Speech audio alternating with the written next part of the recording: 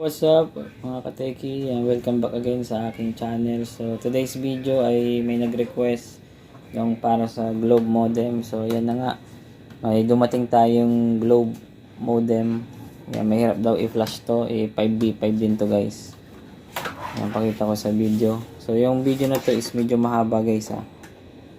Yan, so 5B5 din yan. Okay, dyan pa yung kanyang firmware. So stock firmware to ng Globe. At mahirap nga daw i-flash. So mahirap ko din i-reply yung iba dahil yun nga medyo mabusisi. So pa-flash natin to para magamit ng iba. Yan, makatulong tayo. Yan, nagre-red pa. Tingnan natin dito sa monitor kung yung itsura pag di pa na-flash. So pwede naman nang gamitin.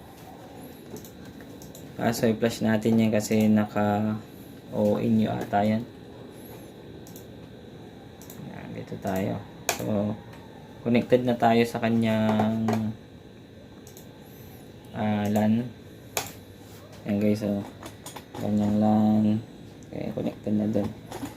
So type natin yung kanyang default 192. So saan ko nakita yan guys? Dito sa likod. Okay, ito yung tinuro ko kanina. Okay. Gumilid na pala yung camera ko, sorry. Oops. Ano guys? Sa loob. Pero pwede naman pasukin yung super admin. Tapos setup na lang natin. Kahit hindi na mawala to. So naka GPON to guys. Oh. GPON. Yung ano niya. So ipa-flash natin siya ng ipon. At blue firmware. Dun sa blue firmware guys. Yan. So anong gagawin nyo guys? Itong modem. I-reset nyo muna to. Yan. Kaya minsan hindi natin ma-flash yan kasi nandiyan pa yung setting ng mga technician. So kailangan natin i-reset dito sa likod. Sa gilid ata. Yung gilid. Yun o. Kailangan natin i-reset dyan. Kulang ako ng pantusok. Okay, so reset na natin. Yan. So okay, so na-reset na natin. Green port pala tong ating modem guys. Oh. Green port. Tapos next video natin is yung padadaanin natin direct dito yung media converter. Kung itatry natin kung kaya. Yan. Nag-request din kasi ng video na yan. So yan, naka-default na tayo. So mag-i-static tayo ngayon dito sa kanyang dito sa ating laptop. Yan. So static tayo guys dito sa laptop. Click nyo lang yung punta kayo ng open network. Yan, dito sa setting, network and internet. Yan. Tapos change adapters option. Tapos sa LAN natin. Yan. Properties. Then ito. IPv4. Lagay natin yung kailangan naka-obtain pa tayo. Okay, obtain muna yan. So, okay lang natin yan. Tapos, punta na tayo ng flasher. So, dito may flasher ako dito. 5B5. Ano? Sabi niya dyan, PLDT, Glow, Converge. Okay. Yan, kung nakikita nyo sa screen. Yan. So, click lang natin. Yan, ayaw mag-open. Itong isa.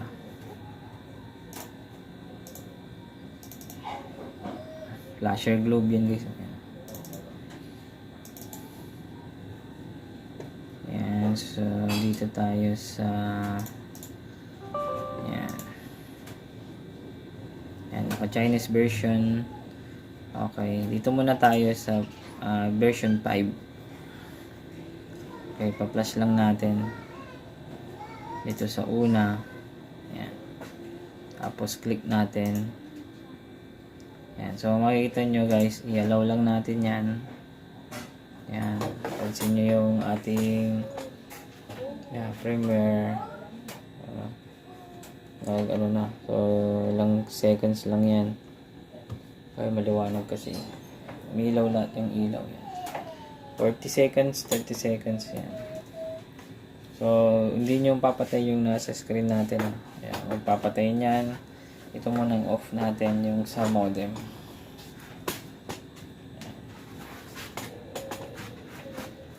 Nalisan lang natin ng power. So, siguro meron ng 30 seconds. Off natin to. Yan. Tapos, close natin tong sa computer. Okay. Tapos, on natin. Ito, huwag nyo muna i-close. Yung flasher na yun ngayon is, try natin kung mag-blue premiere na. Kung hindi pa rin, ulitin lang natin. May isa pa tayong process. Kasi ganyan yung guys, sa PLDT, ganun din. May mga PLDT modem na ang hirap i-flash sa blue premiere. So yan. Open natin. Kung mag-open pa rin tong globe guys, ibig sabihin yan is hindi siya na-flash na maayos. Yan guys, hindi na nag-loading yung globe natin. Okay, wala na. Yan. So, try natin siya sa default na blue premiere 192.168.100.1. So, ayaw pa rin lumabas dyan guys sa IP na yan, yung default na blue. Mag-i-static na tayo. Yan, ayaw guys. Mag-i-static tayo. Tayo ng change adapter setting ulit. Ayan. Yan ang network. Properties natin to. Tayo muna natin ulit sa globe. Ayan.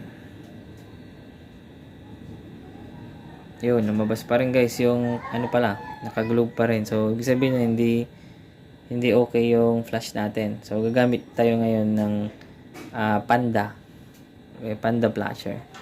So, ulitin lang natin yung unang ginawa natin na process. Isiwan na natin to. Yan. So, ulitin natin yung flash dito. Tapos,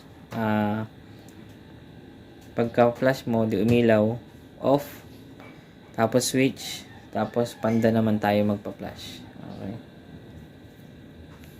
Pause ko muna. Hindi, wag na pala. So, ulitin natin. Yan. Ilagay naman natin sa pangalawa. Yan, umilaw na guys. 1, 2, 3, 4. Basta mag-stay dito. 9, 10. Magbilang. 9, 40. Okay. Off natin. Then, stop. Ito tayo dito. Then, on natin. Yan. On na natin.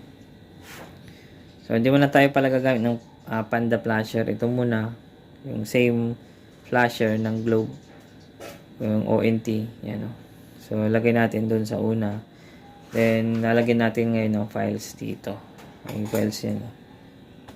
Yan. Kailangan ma-detect ni IP yung flasher, ma-detect niya yung IP ng modem. Okay, kaya ito, i-refresh nyo lang to. Mamaya pagka nag-on na yung modem natin. Paano natin malalaman kung nag-on na, siyempre connected na dun sa adapter setting dito. Yan, change adapter setting yan. So, pag lumabas sa network 24, ibig sabihin niyan connected na. So, refresh lang natin to. So, select natin dito.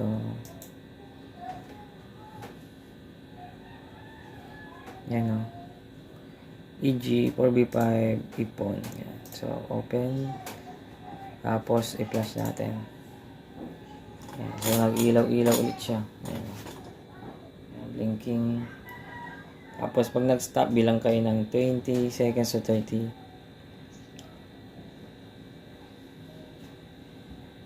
So, huwag muna natin off yan. Dito. off natin dito sa saksakan, then stop natin, then on. Ayan. So kung yung ganong strategy is hindi pa rin gumana, doon na tayo sa Panda. So makita nyo dito Panda flasher. Okay. So ito kasi Huawei to eh. Excuse me. Ayan, punta kayo ng change adapter setting. Kung sa kanina kailangan hindi siya mag-connect. Yan, ganyan lang nag-identifying dapat pagka nag-boot na yung modem natin to. Yan, once na booting na yan, okay na yan, is kailangan hindi siya mag-connect to. So sign yun na okay na yung modem nyo, na na-flash na natin yung yung flasher natin, yung file. Yan, blue firmware. Yan, so nag-on na guys, yan, pero hindi pa rin nag-connect dito. Yan, identify yung nakasulat. Yan, good sign yan guys na okay na tayo. So dito mag-ano tayo dito, mag static tayo. Obtain.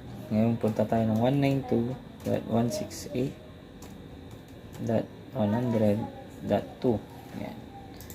Tapos click nyo lang, mag-automatic yung 255 o 888 192.168. Tapos yung ano na natin, yung papasukin nating IP 92168.100.1. So okay natin. Kung wala kayong laptop, same lang yung process. Ay hindi pala same. Sorry guys. Gagawa ko ng video. Yan. So nag-network 24 na tayo. So nag-static na tayo, nag-network 24 na, okay na yan. So open tayo ulit ng browser. Small bar lang natin yan. Close na natin to, okay na. Yan. Tapos open tayo. Tignan natin kung papasok niya na yung 192. Yan. Yan guys, 100.1. Yan, blue firmware na tayo guys. Okay? So kung papasukin natin yung 192.168.254.254. Yan. Wala na guys, So nabura na yung globe na firmware. So meron na bumalik na siya sa default niya na firmware. So dito lagay lang natin yung telecom admin telecom, yung pinaka para mapasok natin yung super admin, then set na lang natin to kung gusto niyo mag-setup ng OLT, EMS, ECS o ONT. Yan. Sa akin hindi ko gagamitin dahil pang AP lang naman natin to. Pang extender gagamitin natin as extender ng piso wifi natin. Yan. So doon sa mga nahihirapan guys, kung nahihirapan pa rin kayo, mag-comment lang kayo dyan sa baba para mas malinaw natin. Ulitin natin yung video. Yan, para hindi kayo mahirapan. Yan, yung globe pa rin yan guys. Yan. So dito sa advanced, kung gusto niyo nang i-set up as sa AP, punta lang tayo ng advanced setting 1. 1 yan, yung 1 sa taas, hindi number 1. So maglagay kayo lang ng new kasi naka-off yan. So IPOE, IPv4. Yan, kung gagawin yung extender, ilagay nyo dito bridge. Kung gagawin yung AP as a client sa PPOE nyo is router. Okay, kung gagamitin nyo to as a POE sa mga kliyente nyo sa fiber to fiber nyo. So dito AP gagamitin ko extender ng tawag doon extender ng ating piso wifi. So kung nakabelan kayo, mas okay kung mag-extender kayo ng piso wifi nyo antenna is nakabilan setup. Tapos fiber gagamitin nyo kahit ilang meters yan, maganda guys yung result. So gagawa din ako ng video na gano'n, makasakaling magamit nyo in the future. Yan. So bilan kung ado kayo 22, kung LPB 13, at kung piso fi 22 din, same lang. So ako hindi nakabilan, naka-AP mode lang yung isang bendo ko, kaya hindi ako gagamit ng bilan. So click lang natin SSID 1 and SSID 5. So ito yung 4G and yung ay 2.4G at yung 5G. Okay, so apply lang natin yan. Okay. Yan, so okay na yan. Nag-save na. Yan. So, walang bilan priority. Pero kung nakabilan kayo, magbilang priority kayo. Pero sa akin kasi yung piece of wifi ko is ano lang siya, AP, yung USB to LAN. So kung tatanungin nyo kung sino mas maganda, bilan or USB to LAN, so merong magkakaiba ng dalawang yun. Maganda pareho pero may pagkakaiba ng setup. So explain ko sa ibang video kung bakit same lang sila. Okay, may pros and cons bang tawag doon. So punta tayo ng LAN, tuloy natin. So saan nyo padadaanin yung AP nyo at yung internet kung nakabilan, mamimili kayo dito. Pero dahil gagawin natin extender, isa lang. Pero kung magdadagdag pa kayo, i-check nyo lang yan. Okay, kunwari 4 na antena, i-check nyo lang lahat. Pero kung hindi naman tayo magdadagdag, isa lang. So sa akin 2. So apply ko yan. Tapos yung padadaanin ko yung internet dito sa yung from USB to LAN to bendo from antenna. So padadaanin ko dito sa 4 kaya hindi ko na i-check yan. Kasi gagawin natin upstream yan. Upstream port yung number 4. So ito yung LAN 1, LAN 2 is pang antenna guys. Okay. Pero kung hindi gumana yung naka-check sa inyo, i-uncheck nyo lang to. Baka pwede. Kasi may mga modem na ganun. Yung isang modem ko ganun, in-uncheck ko to. Tapos gumana siya. Yung nilagay ko ditong extender na isa pa. Na tenda. Tapos compass. Hindi to naka-check. So gumana. Pero yung naka-check hindi siya gagana. May mga ganun talaga guys na scenario. Okay, apply natin yan. LAN host natin. I-uncheck lang natin lahat to para walang error. Tapos server. Yan, uncheck natin yung mga yan. Apply natin. Yan, so daanan lang natin lahat Yan. So wala. Standard, okay na yan. So dito sa LAN. Yan, so kung gusto nyo lagyan ng password, okay, so para sa akin is hindi na naka-password dahil yan, okay na. So wireless.net lagay lang natin, apply. Tapos dito sa sin natin yung password. Yan, apply lang natin sa 5G. Tapos dito tayo yung sinasabi ko kanina na upstream port, upstream dito sa maintenance diagnose, upstream.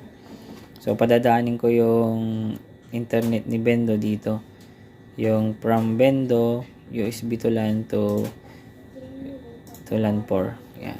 So para ma-detect niya. Yan. Okay. Okay. So okay na yan.